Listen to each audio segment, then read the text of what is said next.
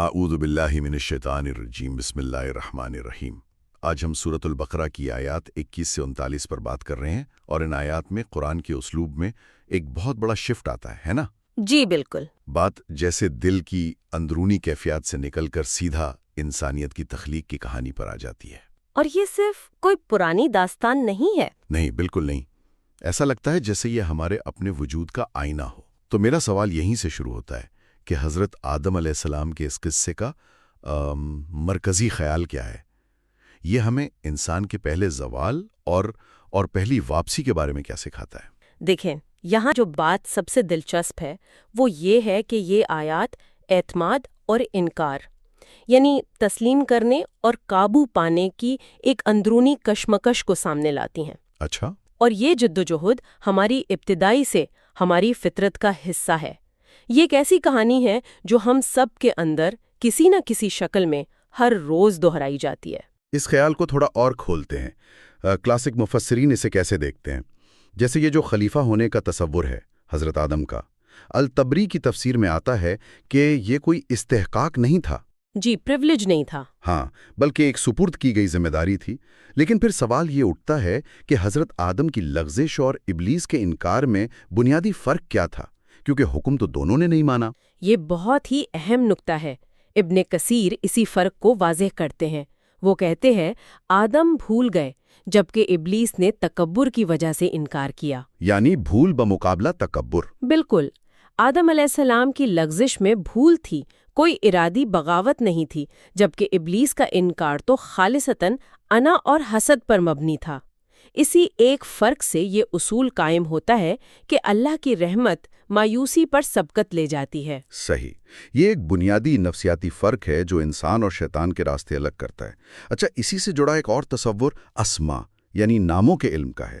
الرازی اس کی کیا تشریح کرتے ہیں؟ الرازی کے نزدیک اسما کا علم صرف چیزوں کے نام جاننا نہیں تھا، یہ دراصل انسان کی اخلاقی استدلال کی صلاحیت کی علامت ہے۔ یعنی صحیح اور غلط میں تمیز کرنے کی قابلیت۔ جی، وہی قابلیت جس نے فرشتوں پر انسان کی فضیلت ثابت کی۔ تو ظاہری تفسیر کا زور تو عمل کے نتائج پر ہے، بھول بمقابلہ تکبر۔ لیکن کیا اس گرنے کے عمل میں ہی کوئی حکمت ہو سکتی ہے؟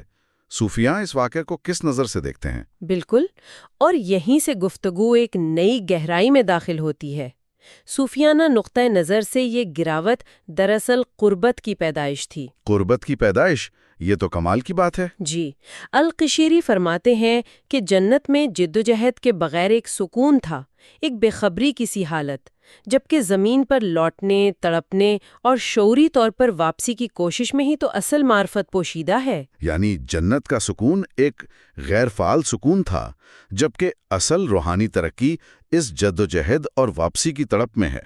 یہ تو پوری کہانی کو الٹ دیتا ہے۔ جی ہاں، اور ابن عربی اسی کو مزید کھولتے ہیں کہ آدم بھول یعنی نسیان کی وجہ سے گرے، جس کا علاج ذکر یعنی یاد کرنے سے ہوتا ہے، سزا سے نہیں۔ واہ!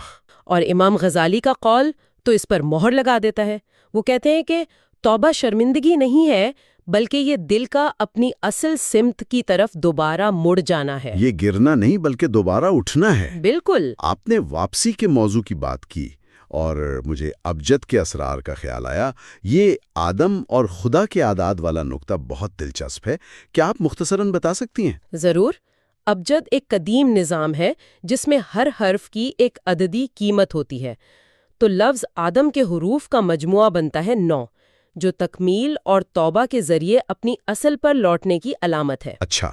اور لفظ ہدا یعنی ہدایت، اس کا مجموعہ بنتا ہے 1، جو وحدت اور اللہ کی طرف رہنمائی کی نشاندہی کرتا ہے۔ تو اعداد بھی اسی واپسی کی کہانی سنا رہے ہیں۔ سبحان اللہ۔ اچھا، اگر ہم اس قدیم حکمت کو آج کے دور سے جوڑیں تو جدید نفسیات میں بھی اس کی کوئی گونج سنائی دیتی ہے؟ بہت گہری گونج ہے۔ آج سائنس ہمیں بتاتی ہے کہ انسانی نشو و نما غلطیوں سے پاک ہونے پر نہیں بلکہ غلطی کے بعد تعلق کی بحالی پر منحصر ہوتی ہے، جسے رپچر اینڈ ریپیئر کہتے ہیں۔ Rupture and repair. جی، جس طرح شرم سیکھنے کے عمل میں رکاوٹ بنتی ہے، اسی طرح ہم دردانہ اصلاح انسان کی صلاحیتوں کو بحال کرتی ہے۔ آدم کی کہانی یہی ہے، غلطی کے بعد انہیں رہنمائی ملی، انہیں ترک نہیں کیا گیا۔ تو اس سب کا مطلب یہ ہوا کہ اصل سوال یہ نہیں کہ ہم گرتے کیوں ہیں، بلکہ یہ کہ ہم گرنے کے بعد کرتے کیا ہیں۔ بالکل یہی۔ شاید آج ہم سب کے لیے غور کرنے کا سوال یہی ہے کہ جب کوئی لغزش ہوتی ہے تو سب سے پہلے کیا چیز ابھرتی ہے؟ بہانہ، مایوسی یا واپسی کا ارادہ؟ آج ہمیں دوبارہ شروع کرنے کے لیے کون سا کلام قبول کرنے کی ضرورت ہے؟ آمین۔ اس پر ہم اس دعا کے ساتھ بات ختم کرتے ہیں۔ اے واپسی سکھانے والے، ہماری بھول کے بعد ہم سے مل۔ ہمیں وہ کلمات عطا فرما جو دوری کو ختم کر دیں اور بغیر تاخیر کے پلٹنے کی ہمت دیں۔ آمین۔ آمین۔